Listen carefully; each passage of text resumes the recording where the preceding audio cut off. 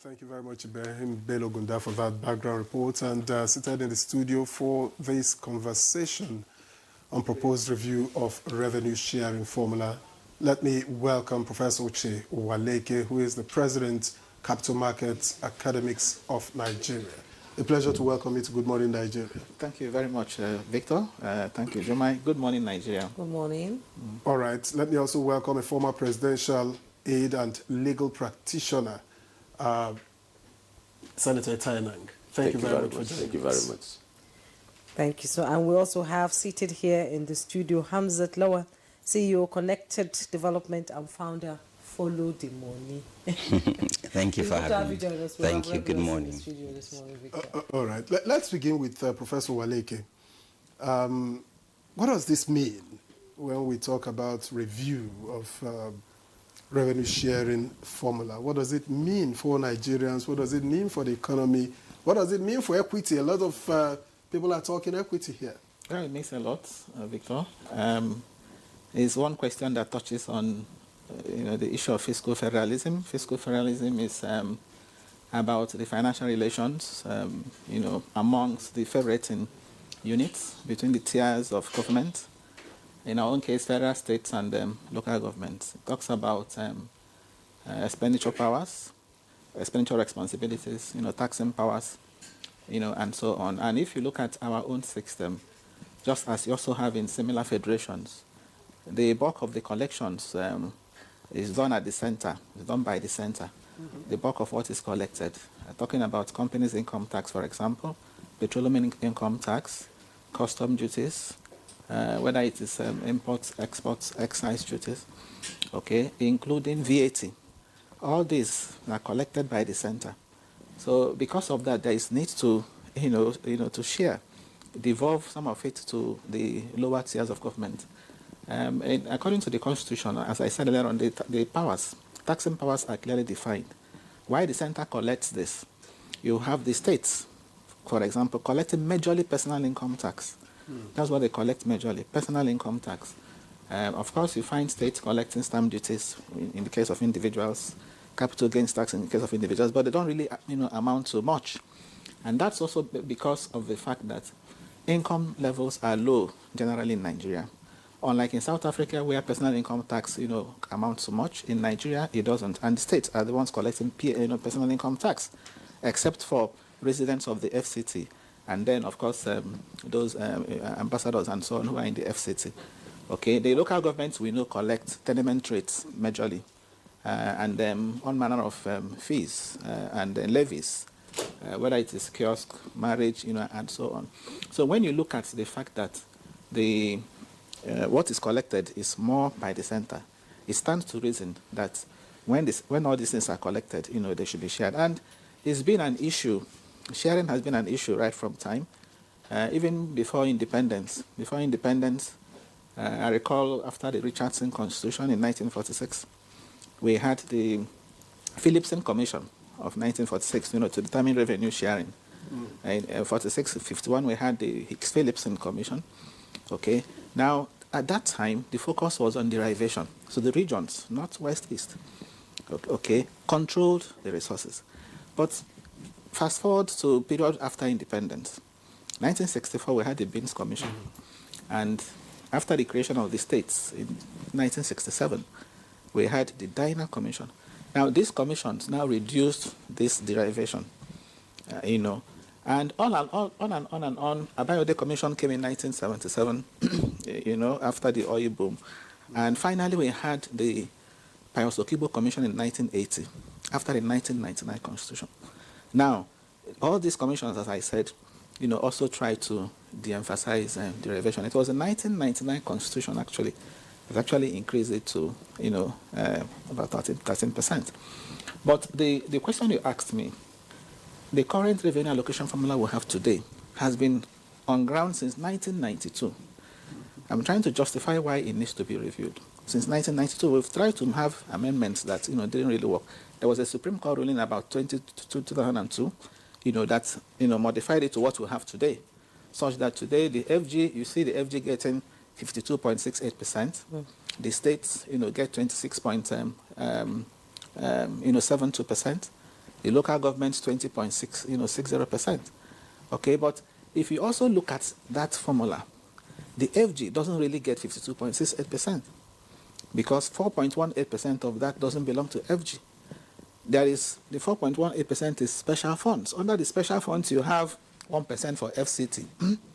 You also have another 1% for ecology, and you have 1.68% for development of natural resources, and then 0.5% for stabilization. So all those are special funds. They are not for FG.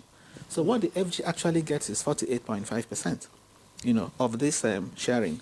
So now, just as in your background report, clearly stated, now that the states now have more responsibilities, on the concurrent list, you now find, power, for example, railways, correctional services. Now in the concurrent list, they have more responsibility. So it stands to reason that you also push more money, to the state. So I'm trying to say, yes, it makes sense at this point to say we want to review, because as I said earlier on, what we have now has been on since 1992. And in similar federations like India, for example, they do this every 5 years. India has the union, which is the center, okay, the federal government. They also have states. India has 28 states. They have 8 union territories, and they have local governments.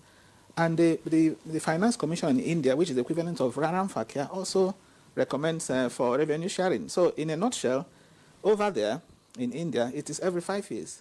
Here, we have allowed it to linger.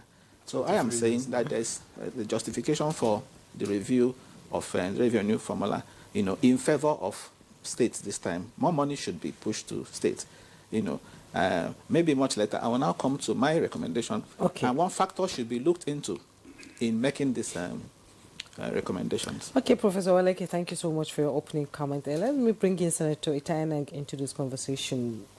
What is the political implication if states and local governments are able to get more from this distribution of natural wealth, we call it? What is the political implication here? Well, I want to straight away disagree with Professor Waleke. Okay. And I am believing that given the psyche of Nigerians, given the state of affairs, given the issues that are happening in the federation at the subnational levels, more money and more funds should be given to the federal government and not state governments. No funds should be given to the federal government and not local governments.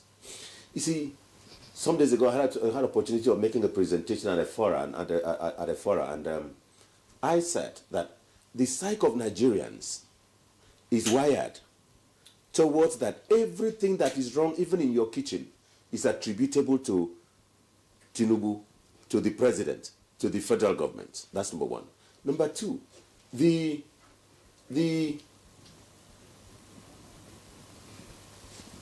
for configuration of security and other challenges of the federal government requiring federal government's attention is more than it was at the time that the federal government was given the 52%. Now, when the issue arises in Zamfara, when it arises in Borno, when it arises in Kebbi, Katsina, and so on, it is the federal government that is called upon to solve and resolve. And it's solving and resolving from its own allocation. Now, if you see the funds that goes to local government, it can never be accounted for. It is not used for anything that you can see. It is not used for anything that you can see or you can credit. It's like donation to the local government. And I've always used this word. It is kidnapped by the state government, but credited to the local government. Now, let me come to a very contemporary issue. I listened to the governor of Ekiti State the other day on video where he was praising federal government for making more money available to them. I listened to the governor of Akwa Ibom State, who has always credited my Governor Umoino, the federal government, that he is not owing any contractor, he has not taken any loan to execute projects, he is executing his programs and projects. He is able to do that. Now, the federal government, and they're not borrowing, the federal government has not been able to execute or implement its own budget of 2024. It is still implementing budget of 2024 with the revenue of 2025, because the amount of money available to the federal government to carry out its programs and projects is so low and so small. Now, come to the new situation as it is now.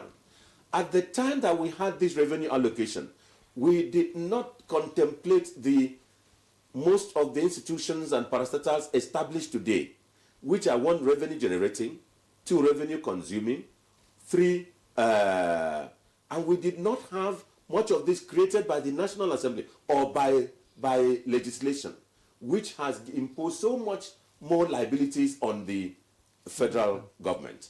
And yet, the federal government is unable to. Now, I would say that the federal government, with respect that few persons may disagree, but a lot more will agree with me, has more accountable process of awarding contracts, of choosing projects, of choosing programs, and of reaching out to more individuals. And I repeat my opening, the first or second paragraph of my statement, that whatever happens anywhere, even in somebody's kitchen in this country, is credited against the federal government. So you would rather that the burden of not being able to execute projects is transferred to the states. Your governor is executing projects and programs without borrowing. Would you rather that he gets less so that he runs all I'm saying is he is able to execute these projects and programs with a lot of funds. You know the history of President Tinubu as governor. He has always been of the view of devolving powers to the other tiers of government. But now his government has become a victim of the devolution of powers to the other to the subnationals, where he has devolved powers, he has devolved monies and funds, but no more money available for the federal government to be able to execute its own programs and budget. I'm sure we can see the what we call statutory transfers, the amount of money that goes to the judiciary in the country. Then the recent increase in the salaries and salaries of judicial officers, High Court of the Federal Capital Territory, High Court of the States, High Court of the Federal High Court, Court of Appeal, the Supreme Court, and other customary court of appeal, and the Sharia Court of Appeal, and all of that. And then with all this, salaries increased at about over 400-500%. It is all borne by the federal government. You can look at the establishment of the of the Human Rights Commission. You can look at the establishment of the funds like the Niger Delta Development Commission. Look at the funds of Northeast, Northwest, South, South, South, East, Southwest, and other development commissions. All these are funds which the federal government executes from its own share of the revenue. And whatever happens anywhere, said, is like security, is at the instance, the blame is on the federal government, and the federal government has to approve. So there have to be a lot of devolution of monies. I agree to the extent that we have devolved powers, given some responsibility in terms of railway, in terms of power. Service. It is not responsibilities that we've given to those states. It is the right to participate. Because in the former situation, in 2002, in the House of Representatives, I led one of the panels when we received the first review, the request to Southwest, And in 2007, 2008, we also tried, in my third term in the House of Representatives, for revenue to get revenue down to the states. To review this revenue allocation. I think that is when Alhaji Tuko was the chairman of Revenue Mobilization, Allocation and Fiscal Commission. I think it was under the Obasanjo years before when Tuko was, and I remember I credit him for how strong he was as chairman of RAMFA.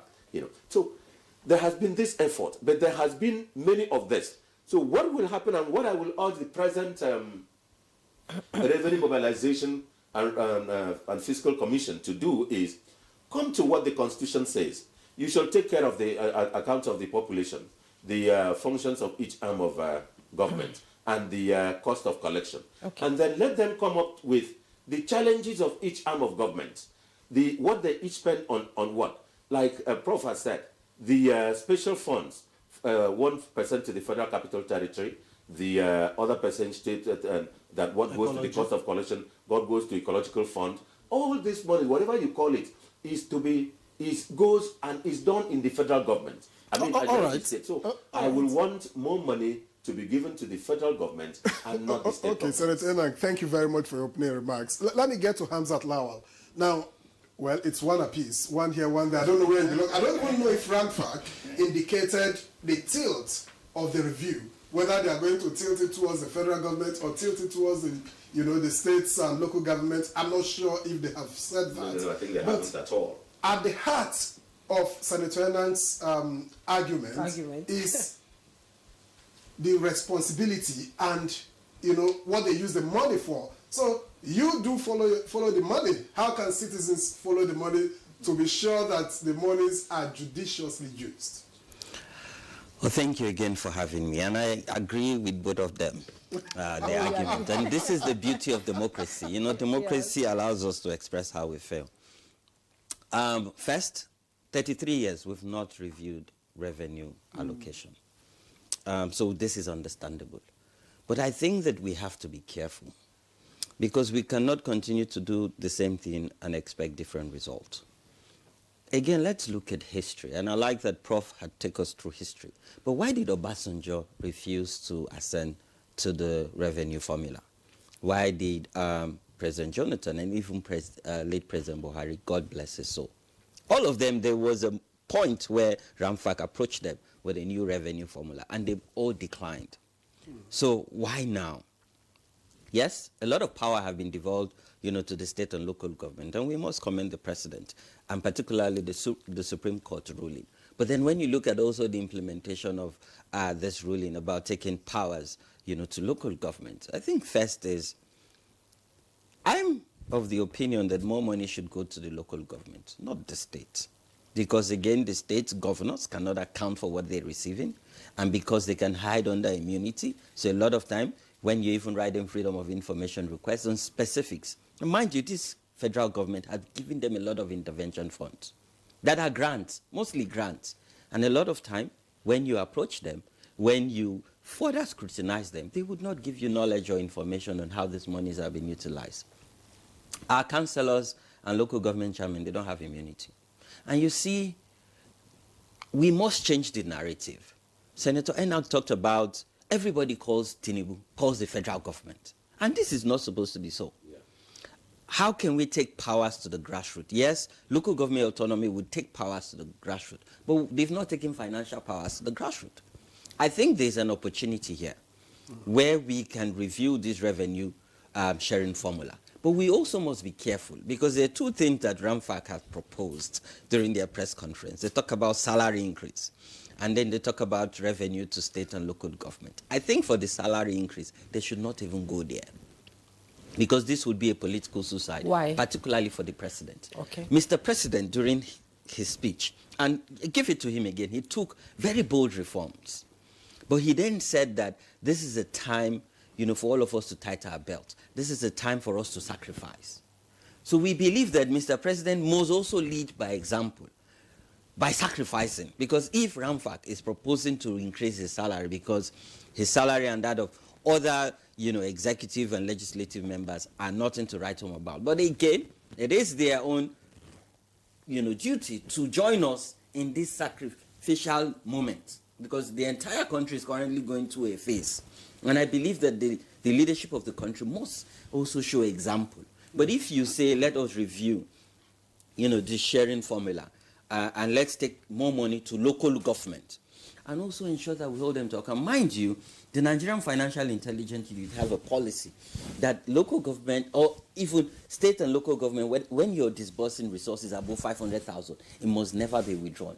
You must ensure it moves from account to account. If we can ensure that we implement that policy, and give more money to local government, then we can then do money trail and follow the money and ensure that these monies are actually going to where they're meant to be utilized. A lot of local government cannot undertake capital projects. A lot of these monies are still in joint account between state and local government. And I agree, yes. When you pay this money into those accounts, the state governors sort of just hold this money and get the chairman to sign that they've released this money, or, they've been disbursed this money. So again, this is timely, 33 years. We must review, we must have this debate. But what's important is we must be sensitive to the reality of the Nigerian people and ensure that there is robust conversation, there is robust feedback. And I think there's an opportunity for the National Orientation Agency. Where is their voice in this whole conversation? Because if we continue on this trajectory, everybody will continue to blame and hold the federal government to account. And I agree, the federal government have, robust accountability mechanism. When you look at even the laws and when you look at even, processes on ground. Today, when you look at even procurement, the federal government have robust implementation. And when you also look at the Freedom of Information Act talked about, disclosure. The federal government discloses more than any other person, because you can see how much money the federal government is disbursing. But when you go to state, you cannot see what they are disbursing or what they are using these monies for. When you go to the local government, it's even worse. Have you ever seen a local government budget? But local government have budget. They do. They sit. Their councillors are the legislative arm. They actually sit. They're supposed to provide oversight function.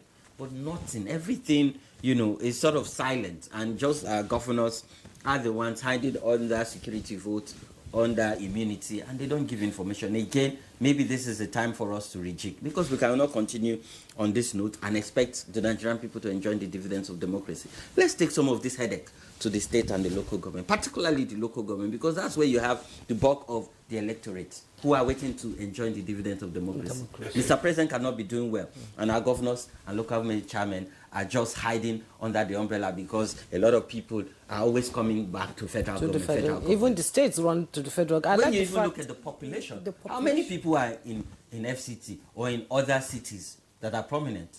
Most people are at the grassroots. They are the local government. So, for me, as much as I agree with the two of them, there's still room for robust debate and conversation. Yes. But let us not increase salaries. We cannot even think about it at this junction.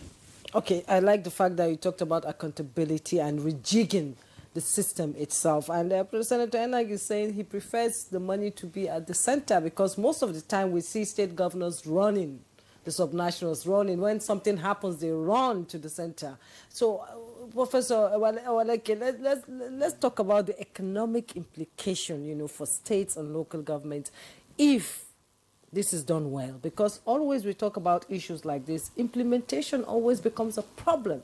So in economic terms, how can the common Nigerian in the state and local government begin to enjoy the dividends of democracy through equal distribution of wealth? Thank you very much, Jumai.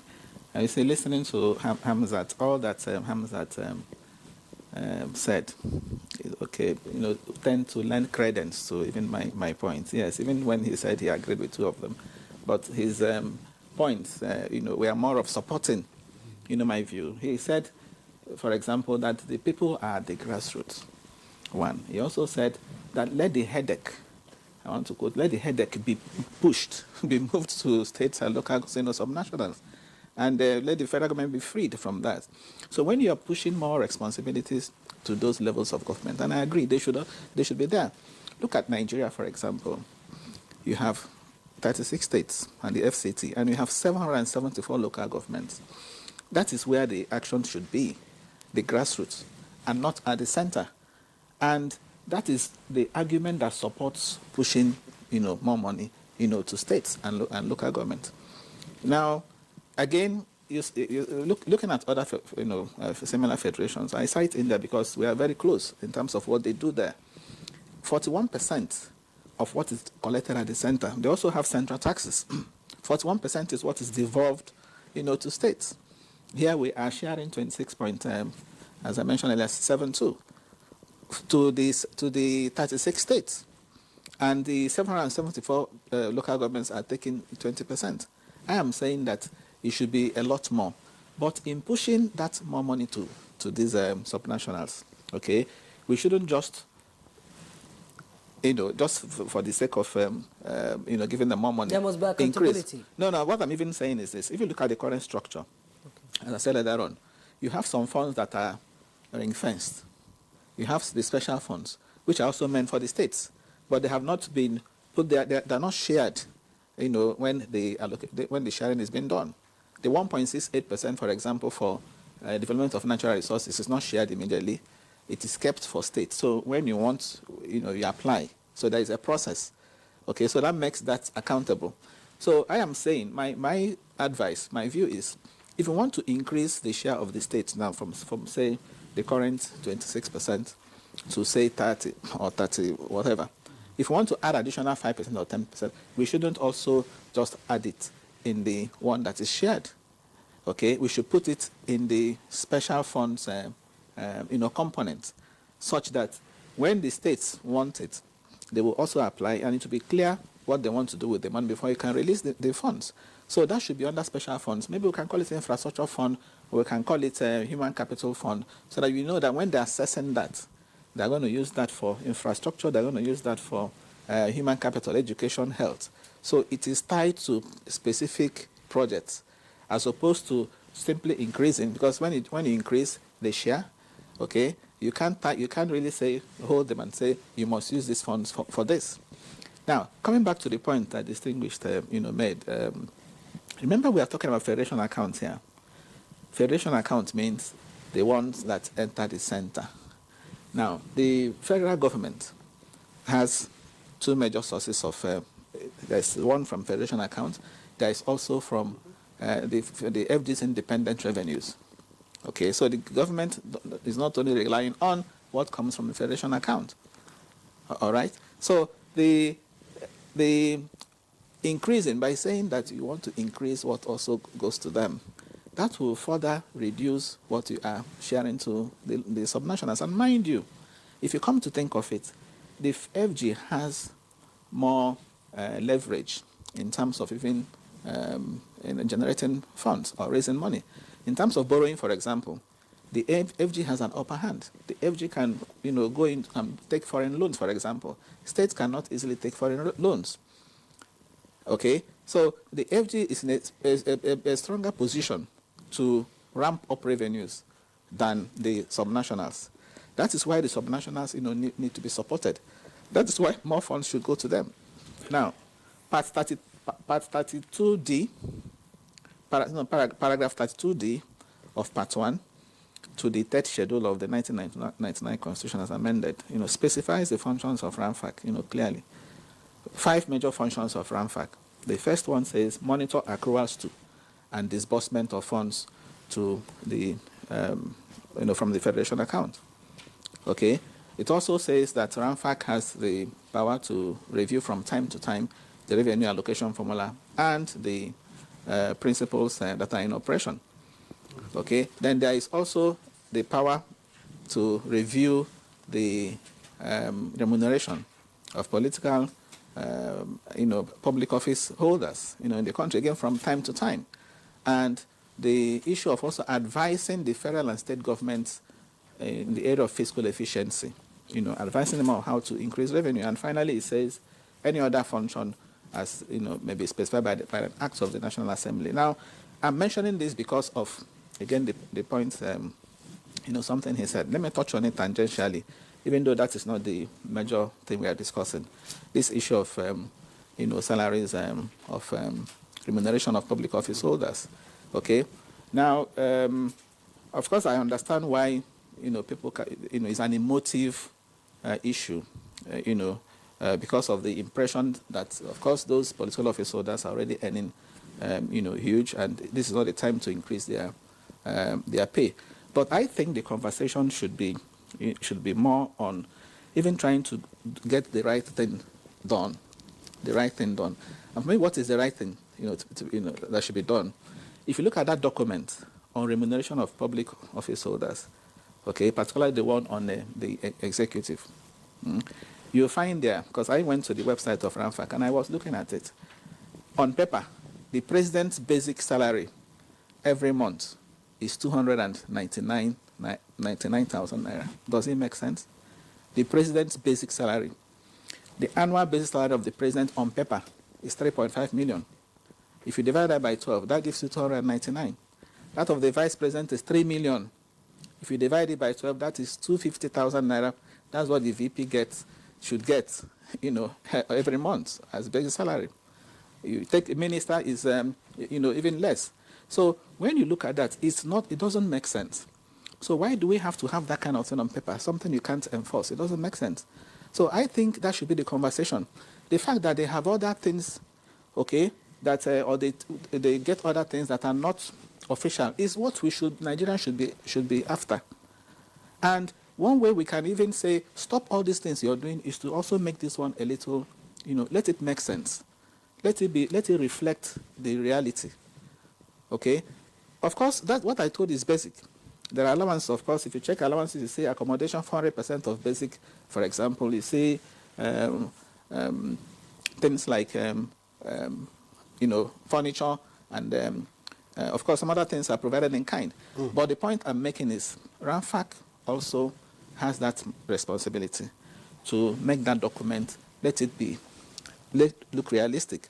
And then it is now left for us. As I said, the conversation should shift from that to ensuring that if somebody is meant to collect 5 naira, that is what the person should be collecting. That is what the conversation should be on, and not on whether or not we should, increase that at this point in time. Thank you, Professor Waleke. I like the fact that you keep emphasizing on paper.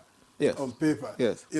But that's not the conversation for today. Yes. It's something we'll get Victor, to. we need to remind our viewers that Okay. we're expecting your views, your questions, and your contributions to this conversation. The number is there on your screen. We have some that have come in, and we're still expecting more from our viewers because you need to understand how this works, just as this conversation is trying to bring to the fore. All right. Thank you, Jumbai. Now, let me get back to Senator Itai. Again, I don't want us to dwell on who should get more because that's really, and RAMFAC hasn't given us any clue yet. I'm sure that this whole exercise will be data-driven. It will be scientific. And they probably will see things that we can't sit here and see, which will determine the tilt and how they review it. But how do we make this whole process non-political? How do we stop politics from determining who gets what? Should we write it, review of revenue sharing, into the Constitution, for instance? Say it again. Should we write it into the Constitution? Should it be there when we should review, how we should review, and all whatnot? Yeah, thank you very much. Let me go straight by saying that the Revenue Mobilization, Allocation and Fiscal Commission has not indicated whether it will review federal or state or local government allocation upward because, like you've said, it is driven by data. They have the indices they use when they made recommendation to us in each of this. And also recall that the revenue mobilization is not to approve. Is to make recommendation to the president. When the president accepts it, receives it, he lays it before the National Assembly. Where we've had, when I was in the House of Representatives and when we were in the Senate, now, the president will always receive the recommendations, but difficult for him to lay it before the National Assembly. And although we had the recommendations of the president, unless it is laid before you, just like a treaty, you cannot originate it. You cannot consider it. So it is what it is. Then coming to your question, the revenue mobilization is entrenched in the Constitution. And the provisions, their powers and what they are to do is stated in the functions of the revenue mobilization, which is Article 32 of Item D. It says, the Commission shall have power to monitor the accruals to and disbursement of revenue from the Federation account, what comes in and how it is distributed. 2, review from time to time revenue allocation formula and principles in operation to ensure conformity with changing realities. Changing realities refers to things, responsibilities, amendment of the Constitution, adding or removal of responsibilities, and such other indices as a right. Provided, it says, provided that any revenue formula which has been accepted by an act of the National Assembly shall remain in force for a period of not less than 5 years from the date of commencement of the act. It goes on to say, I'll soon conclude, advise the federal and state government on fiscal efficiency and methods by which their revenue can be increased. Determine the remuneration of appropriate for political office holders, including the president, vice president, governors, deputy governors, ministers, commissioners, special advisors, legislators, and other holders of other mentioned in sections 84 and 124 of the Constitution. Discharge such other functions are conferred on the Commission by any act of the National Assembly. Now, you've had the appropriate question, and this has answered the question. Where I want to go is that Nigerians should be very active in this process. And the Revenue Mobilization Commission should be engaging with the public and should timeline and have timelines for each of the activities that want to embark on. And I think the President Tinubu has the courage. He has the courage, excess courage, to take the decision when it matters, and in time, so that they will make their recommendations in time. They will do the data gathering in time, and then present it in time for the president. And the president will have adequate time to consult again with members of the public and engage with the legislature before it is finally agreed on presenting to the National Assembly. And Nigerians should not be interested who gets what, which actor of government gets what. Nigerians should first be interested in, yes, local government. What you got, what did you do with it? How did you do it? Take a year. How much was it? Did it come to you? Thank God, but we passed the law relating to fiscal accountability and trailing or follow the money. And it is expected, as advisor to the President Buhari, may God bless his soul, we had, when we appointed Modibo, I think Modibo, to the to Financial Intelligence Agency, Financial Intelligence Unit as Director General. Now, we used that agency to monitor accruals to how money goes into the account of the local government, how much goes in when it gets into the account of the state government, that is the state local government account, how much you get out, how you get out. That is when we at the limit of 500 cash was implemented. Now, go to my local government, go to your local government, go to your local government, and see. These processes are still there, but nobody is following up. And I will urge the president that he should look at EFCC. EFCC seems to have lost its, seems to have gone away. The Nigeria Financial Intelligence Unit has gone to sleep, if it has not fainted. Because if it has not, all this question of I have received money from my local, from the governor has given me money. Oh, he has not given. The governors have not given monies to the local government. But none of the local governments will come to tell you that they have not received. But then there is a trail for the money. There is the account of the local government. If money goes in there, it will be open that it has gone in. To reflect. It will reflect. So it is not this thing. So it is the collapse and the fainting of the Nigerian Financial Intelligence Unit. If they are alive, let them show Nigerians 1 month. Let them give one local government example where they have worked. It is not enough to take office. You must perform the functions of that office. A lot of people take office, they do not, just to be Oga, they do not go read the law that established that office to know what it was supposed to do. So I accuse the Financial Intelligence Unit NFIU of what they are. Let me not use the word so that NTA does not take responsibility for my mouth. Yes, thank you so much. You know, you raised a lot of pertinent questions, you know. Hamza, let's talk about the mechanisms, you know, that can be put in place, you know, to ensure accountability in the use of increased funds, you know, of the subnational and the local government. Because, like he said, it's not just getting into office. It's not rocket science, actually. Yes. It's been done in other climes, and it's working. So why can't it work in Nigeria? So what kind of mechanism do we need to put in place to ensure accountability that when this money is gotten from the center, we will see what the money is being used for? You see, Nigeria is an interesting country because we have most of this legal and regulatory framework. You know, interestingly, even at state level, you have fiscal responsibility commissions. When I was much younger, I didn't even know until I started working in Adamawa State around girl-child education. I remember, because of my engagement, the governor appointed me into the State Fiscal Responsibility Commission. Of course, I declined that appointment at that time, but then I realized that every state actually have a Fiscal Responsibility Commission that advises the executive arm, you know, headed by the state governor, on allocation accrued and how they can effectively use these resources. I think that first is, let's even have proactive disclosure.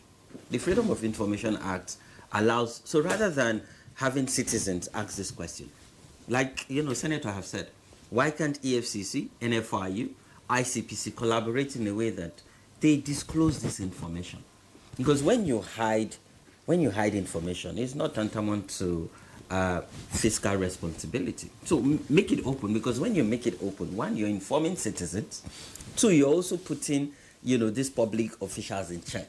That, you know, this information is out there. Citizens can ask the right question, and then you'll be found wanting if you try to divert these resources. So I think for me, let's proactively disclose it. Let's implement some of these policies and laws we already have on ground. Because if citizens are aware, they're informed, then we can practically reduce corruption and even maybe end corruption. That's where NTA comes in. In our own time, yes. Indeed. So, yes. So, again, is how do we ensure that, and I agree, you know, when you look at, you know, the acts that establish RAMFAC, maybe we must stipulate, and maybe the National Assembly during this constitutional review process, let's put a timeline. Because 33 years has created this gap. 33 since 1992.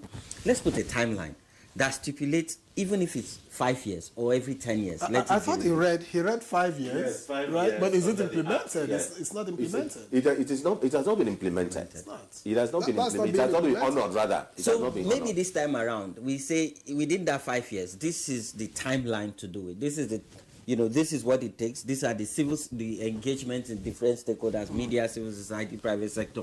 This is the timeline the president have after he submitted. And there's a timeline before he now approached the National Assembly and presents it. And also there's a timeline for the National Assembly to consider it and send it back for presidential assent. And if the president refuses to assent, there's a timeline for the National Assembly to veto the president. So let's have it clearly stipulated. One thing that beats me most of the time is, you know, Nigerians don't know anything that's going on until it's there on the pages of the newspaper, like this increment now.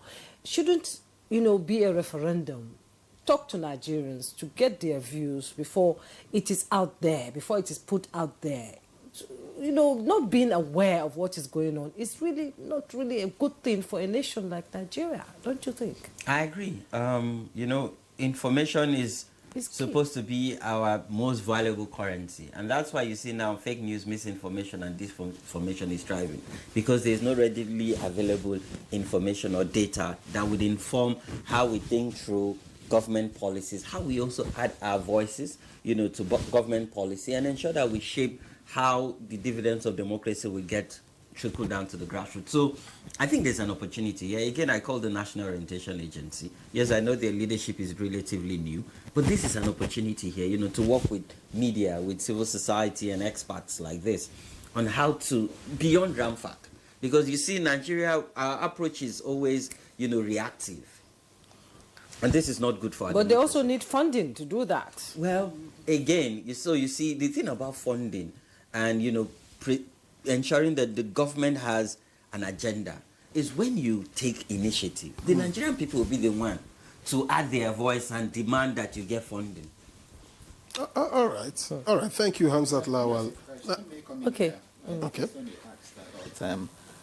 You know, why the thing is only because it's in the news, that's why Nigerians are getting to know. I think what RANFAC has done is simply to signify their intention to commence. It's not as if they have commenced. I was at the press conference that the chairman of RANFAC addressed, and he said that this is what they intend to do. And as a matter of fact, that is even why the thing is out in the open. They intend to do that, to review, in line with their mandate, to review the revenue allocation formula. And he also said clearly how they intend to do that. They are going to engage, they are going to consult, they're also going to use a lot of data. The National Bureau of Statistics, was also there. They use a lot of data, and they're also going to benchmark, peer countries and seminar federations. So he also gave a timeline.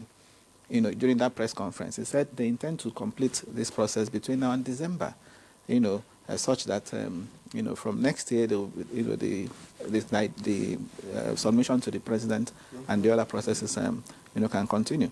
So it is just that it is commencing now. That is why you're getting to hear about it. All right. Thank you, Professor Waleke. Yeah. Let me get back to Senator Itai. I'm wondering, as part of the issues that should be determined when doing this sort of review, should oil-producing states continue to get more, or should non-oil states also get, the lift in this review? And before you answer that, my producer is saying we should read the text messages that came in. Oh, so okay. I'll put you on pause there, and let me read the ones I have. He said, Ugo Daniel said, proposed review of revenue sharing formula, local and state governments are at the grassroots and sees all that happens to the people before the federal government, so they should have more allocation. That's from Ugo Daniel. And Arabika in Deport from Life Camp here in Abuja said, the review of the sharing ratio of the collective revenue is a serious concern to Nigerians. Periodic reviews should be put in place, reduce FG involvement in state and local government development, and the government should seek for more source of revenue generation. And Imoge Peter said, my opinion is that sharing formula is not a problem. The problem we are facing is corruption. Capital punishment should be put in place to fight corruption. And Dr. Nasir Bello from Gombe said, good morning, Nigeria. 1992 to date is about 33 years, and the rapidity of changes in responsibilities and the need for fairness and balance phased out the current formula. Therefore, every president is supposed to have his own different formula. So what do you think? In response to his question, what do you think? Your question was whether the oil-producing states should keep having more, or should the non-oil producing states have more, right? Yes. The country, the Constitution does not provide for oil-producing states. Doesn't provide. It provides in Section 162 for derivation for minerals. So minerals include oil, include solid minerals, and all mineral, all derivatives of it. So the people in Nasarawa who produce and have a lot of minerals are entitled to 13% derivation. Just like the people in Akwa Ibom, Rivers, Bayelsa, who produce oil, who have oil, are also entitled to 13% derivation. Now, so I think that what we should think is not just increase in the amount of money. It is how the money is used. I was myself, Senator Udodoma, and Senator Emmanuel Iborosien, and two of our colleagues in the from Delta and so on, were very instrumental. We worked very hard in making sure that the onshore-offshore dichotomy abolition was enacted into law and assented to. And this made money available for onshore and offshore oil to the oil-producing states.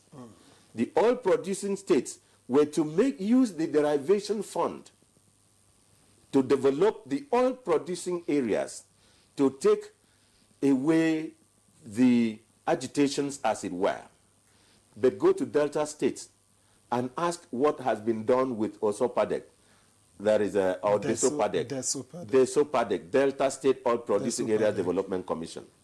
I think it worked for only 5 or 8 months. After that, it became a political instrument. So they do not give the money to the commission in the state. They have even tried by even having a commission. States like Akwa Ibom go to rivers, others don't have. And so when the governors receive the allocation, they do not give distinction as to what is derivation fund, which ought to be used in maintaining and developing the oil-producing areas to sustain peace in that area, so that the additional 3% of the local that comes from PIA will be an additional. Mm-hmm. They do not take the money. We are having so many disappearing islands due to exploitation of oil, because when you take oil from the ground, it gives a vacuum. And as much oil you take from the ground, the islands on there will sink to go. Yes, there are so many islands in my place, in Akwa Ibom, that no more exist. Not many. Go to Efiadmo. Have one of the lawyers who practice in my law office. A very senior person today. He doesn't have a village again. The village his father and his mother were born, where they were buried. They no more have a village, because that village had sunk into the Atlantic Ocean due to the oil extraction, which had kept value there. Now, these people from that location have now come, and when you have crisis of land and so on in the beaches, in the areas here, because they don't have a place again, they now come to struggle for where that's it. Now, you also have climate change, which is also taking more land. What are the governors doing with the derivation money? That's where I went here. So the federal government should take steps. In addition to the Niger Delta Development Commission, in addition to the South and Southeast and all the Southwest Development Commission, in addition to all these other commissions, which they should make sure that each of the states dedicates the monies from derivation, whether it is oil, whether it is solid mineral of any nature, to the development of these areas, to solve development. So, and these are matters which also the RAMFAC will also take account of, And I will urge Mr. President and the National Assembly to descend beyond giving this money again. Because I've had a privilege of working as advisor on Niger Delta Affairs to the President after my tenure as advisor on National Assembly. And I had carried this advocacy because I saw the trauma. I went to Ebelema and I came back in tears to seeing what those people, I had trauma. I had trauma when I came back from Ebelema to see what the people who own oil, from where we produce oil, where Shell is, where you have the rigs. The children don't have school. They are sitting on makeshift planks to school in that area. And this is where Shell is taking oil. So there should be more from the federal government. The state government will resist that it is their money. But it is the federal government that is taking the bad name. So why is there so much blame on the federal government if so much money is being accrued to the states? That is why I now say that even whatever is wrong anywhere, it is the psyche of Nigerians has been wired to think that it is the federal government. And so the federal government takes the blame. Any credit goes to the state government. And the state government has so much money that they now embark on media campaign. You will see a governor appointing 80% of his aides is on media. 80%. All right. So, let me take messages, of my own. John Audwin Makodi says, NTA, thank you for your sensitive and critical issues. The revenue formula review by the Tinubu administration is meant to help states address challenges. Okay, and from Enoch Oyishoma from Lafia, he is of the view that corruption should be dealt with to allow development and impact of the sharing formula to be felt.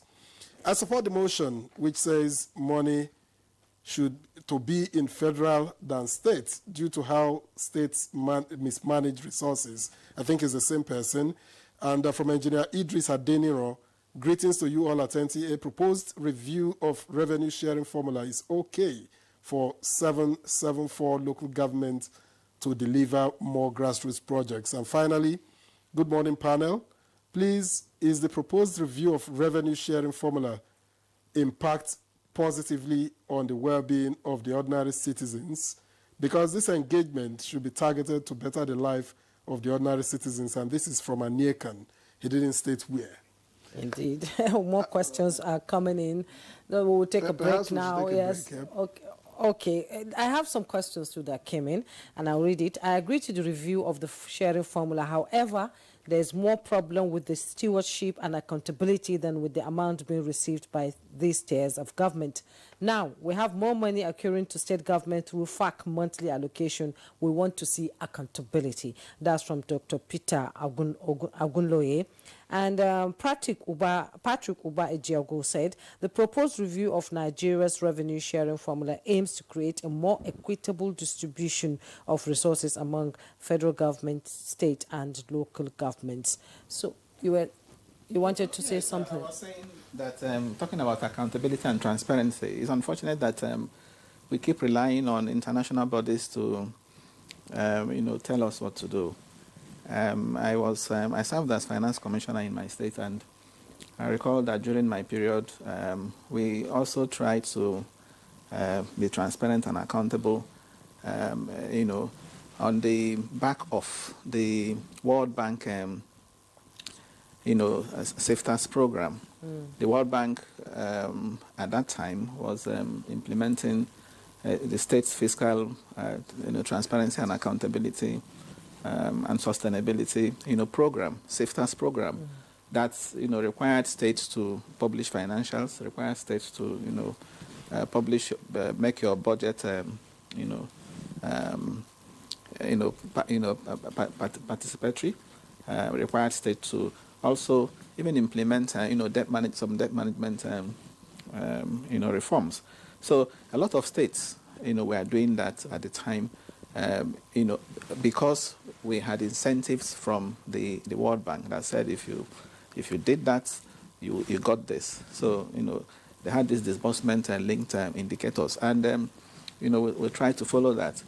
And now it has ended. That program has ended in 2023, and they came up with a SEBA, another one they called SEBA. Now I am saying that you see the FG2, okay, should also have a way of ensuring that states, local governments, subnationals, okay, become transparent and accountable without really relying on international bodies. They should also incentivize it. Yes, and I gave an example. I said increase what is going to states and local governments, but do it in a manner that the funds are tied. In such a way that before you can apply for those funds, okay, we have to satisfy ourselves that you have, met certain conditions. The one we gave you, was fully utilized before we can release more money to you. Okay. So that to me is the best way to ensure accountability and transparency of any increase in funds we are going to have. Okay, Professor Senator Itaineg, I hear you're leaving, but I have one question for you that I need you to respond before you go. On the role of the National Assembly, in driving or stalling this review? Well, the National Assembly, I believe that while they are doing it, the committees on finance of the Senate and the House of Representatives and national planning of the Senate and House of Representatives will be in league with the commission while they are working. Now, I believe also, and because the law says that the Revenue Mobilization, Allocation and Fiscal Commission will conduct this exercise, and after that they make recommendation to the president. And when they make recommendation to the president shall lay it before the National Assembly. When the president lays it before the National Assembly, it will be for the National Assembly then to make law, to pass it into law.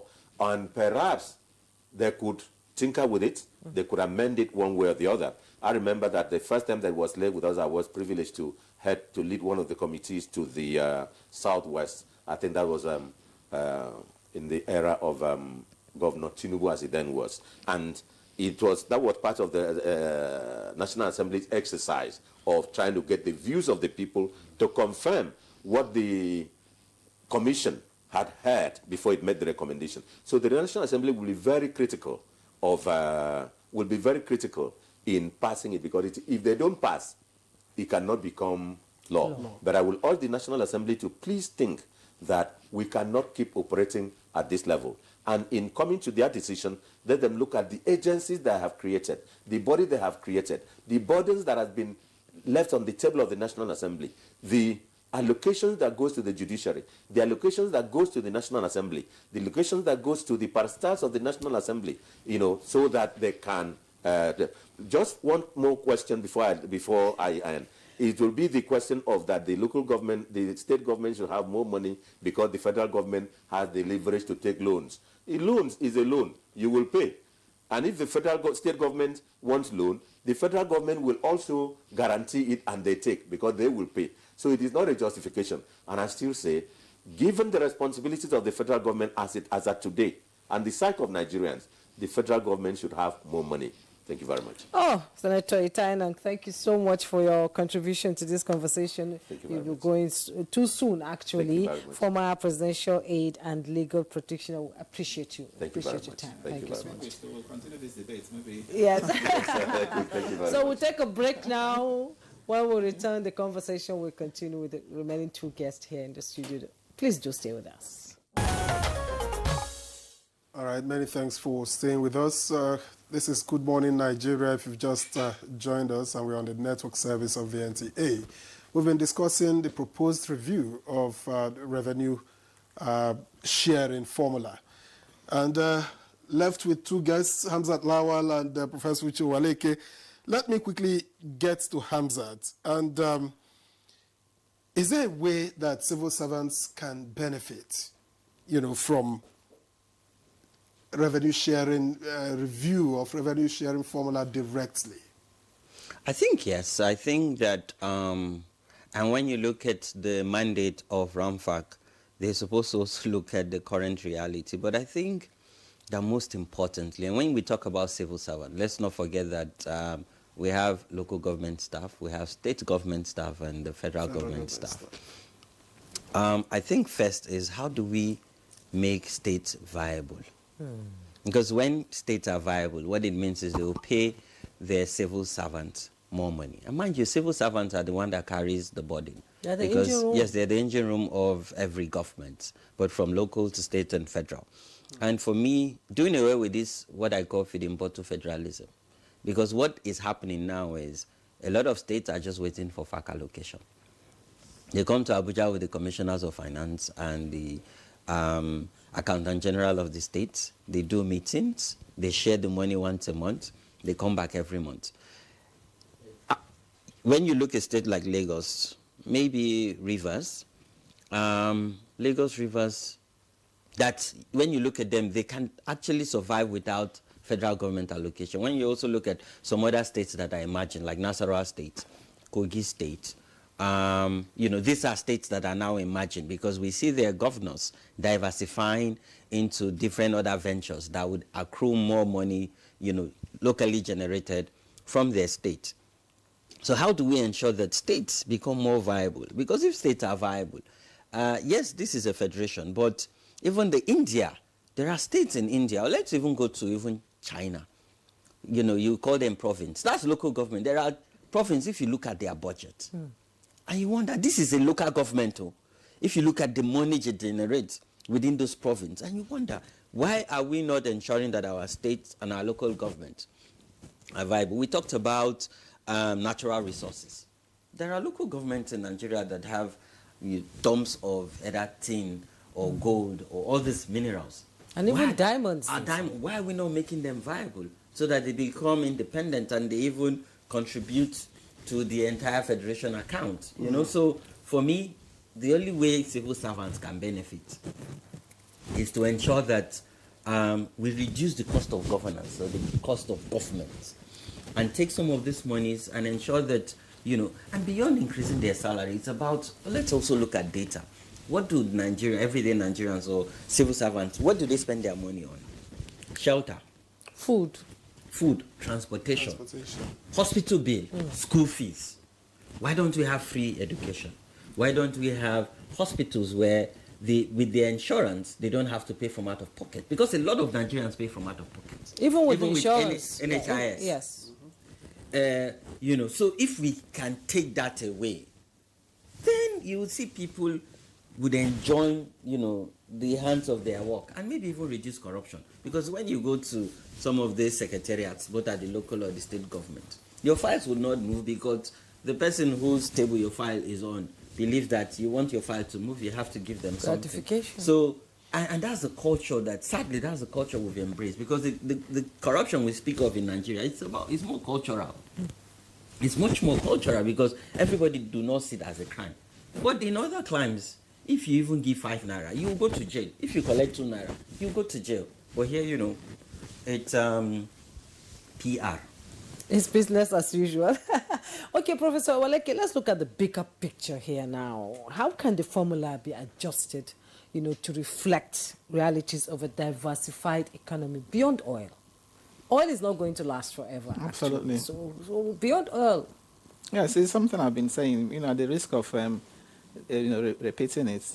For me, the best way to do this allocation and also ensure that people benefit, which is the ultimate, is to ring-fence the increase.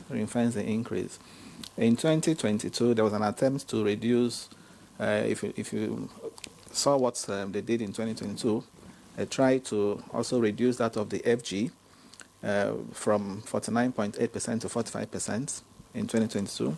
That was a recommendation at the time, and then increase that of the state from the current 26 to 29 in 2022, the one that didn't fly. So even when Victor was saying we don't know the tilt now, okay, from every indication the tilt is going to be to, you know, devolve more to states. If we use that as yardstick, what happened in 2022. So if there's an agreement to increase, as I said, instead of increasing the states, for example, from 26 to 30, you don't show that increase, because once you put that increase on the formula, okay, it means you're going to share it. So the best way is put the 5% in a special fund and say this fund is for human capital. Once you say it's for human capital, it means if you're assessing it, it must be for education, must be for health. So the issue of, for example, expanding the health insurance coverage of citizens, residents of your state, you know, can be addressed. The issue of free education. So you know that money, you're using it specifically for education and for health, and to reduce people's out-of-pocket expenses in relation to education, in relation to health. For me, that's the best way to go about this. Now, you also, come to remember that I also think that they are going the whole hog. It's not just the vertical formula they are looking at. They're also going to look at the horizontal. The horizontal formula is the one that talks about how the money is now shared among the states. That says currently you have equality of states, taking 40%. Okay, because you want to, of course, encourage balanced development across states. So, by the way, equality has always been there, right from the time of Abayode in 1977. Equality of states currently is 40%. Then you have population, 30%. Then you have the social development factor, 10%. The one that talks about your efforts in the area of education, number of schools, number of beds in hospitals. That's 10%. That one is just 10%. Then you have land mass and terrain, 10%. And then finally, IGR effort, 10%. So that makes 100%, the horizontal formula. Okay? So what I will recommend is finding a way to increase the percentage for IGR effort. Because when you increase that, it will also serve as an incentive for these states to ramp up their IGR, to have less reliance on the federation account, knowing full well that if they increase their IGR on the basis of that criterion, on the basis of that they can have more money. So it's an incentive. So the RAMFAC should, again, in looking at those principles, and looking at the criteria, should consider increasing the percentage, 10% percentage for IGR. And even possibly also see how they can also increase slightly the 10% percentage for social development factor, reducing maybe the percentage for population, because just as we all know, we don't have any accurate data today with respect to population of the country. So reduce that one, since it's going to be data driven, reduce that one and put the percentage in these other ones that I've mentioned. I think that would be a very fair and equitable way to go about it. And if we are talking about having the impact on the common man, which should be the ultimate, okay, for me, these are the critical things we should be looking at. All right. Thank you, Professor Waleke. Come to think of it, Hamzat Lawal, is a new formula likely to directly reduce poverty, for instance? Yes, I think that if we get it right, this would help us not only reduce poverty, but also help us achieve some of the indicators of the Sustainable Development Goal. And we have less than 5 years, to achieve the SDGs. But, we all agree that something needs to shift, because we cannot continue this way and expect something different. Something must give way. And whatever gives way, I think this is an opportunity, for the country as a whole, to bulge and agree on a formula that works for the people, for the local government, the state, and even the federal government as a whole. And I think if we get it right, this is something that each and every one of us will be proud of, that this brings about equity, fairness, and some sense of justice, around how our fiscal responsibility, our income as a country, and how this wealth, goes down to our various federating units. So I think, yes, this is really timely, this is important. And I believe that, there's room for robust consultation, more conversation around it. But let's not be driven by sentiment or politics. This can be political, this has to be based on data. And I really like the indicators that Prof has brought forward, Let's put an incentive in how states can be viable. Because if you put, if you review this and you focus on IGR, you focus on human capital development, because these are the indicators that make states viable. Yeah. You're investing, in human capital development and how they can increase their revenue and make them, not just waiting for FAC allocation. Then it makes them more innovative. It helps them create jobs where they can, tax them and there's value. And there will be sustainable development, there will be sustained jobs. And, there's a conversation around Nigeria wants to Nigeria is in that phase of energy transition. So I think this could be a win-win for everybody. And the fact that Mr. President is bold to take this kind, take transformational decisions. So I think this is timely. I'm sure we'll be getting a response from the president, based on people's speculations about this review. Now let's look at if, I'm not saying it's going to happen, if, it is poorly managed, this review, and some people say it can worsen corruption and also regional inequalities. Professor Waleke, yes, what are your views on that? Yes, and I'm happy you added that condition that in the unlikely event, right? Yes. Unlikely event that is parliament. I want to be positive about it. I want to believe that it's going to go well. But of course, if it doesn't see the light of the day, just as we, the previous ones, of course, it's not going to, go well for the country in terms of, the fiscal federalism, that I mentioned. You had the distinguished senator; he has left here now, arguing for more money for the federal government on the basis. One of the reasons he gave is that the government has created more agencies, and because there are more agents of government, the federal FG will need more money to fund them. But should that be, the the way to go when we are talking about trying to cut down the cost of governance, when we are talking about even rationalizing, getting the government to implement the Orasanya, reports and so on. So I don't think that should be a justification to increase more money, to the FG. And then there is also I'm also happy that even the president himself is in support of this devolution. I think he's even a champion of, one can describe him as a champion of even the fiscal federalism we are talking about. Otherwise, he wouldn't have supported the financial autonomy bill. Of local governments. Yes, local governments in the first instance. So I have no doubt that is something that is supported. But I will also want to see a situation in which, yes, the other side of it, we have been talking about accountability, a situation in which the Fiscal Responsibility Act of 2007, which is currently undergoing amendment now, is further strengthened to include enforcement powers. Okay, as we speak, the Fiscal Responsibility Commission does not have any enforcement power.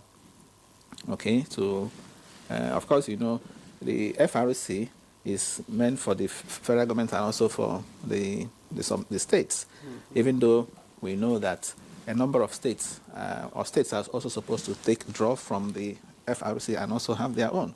Yes, I can tell you a number of states, have, but there are still states that don't have, fiscal responsibility laws. And even the ones that do have, a number of them, have yet to operationalize them. Okay. So that's the challenge. So it's important that the Fiscal Responsibility Act is amended, is strengthened, we put in place, enforcement powers and also sanctions.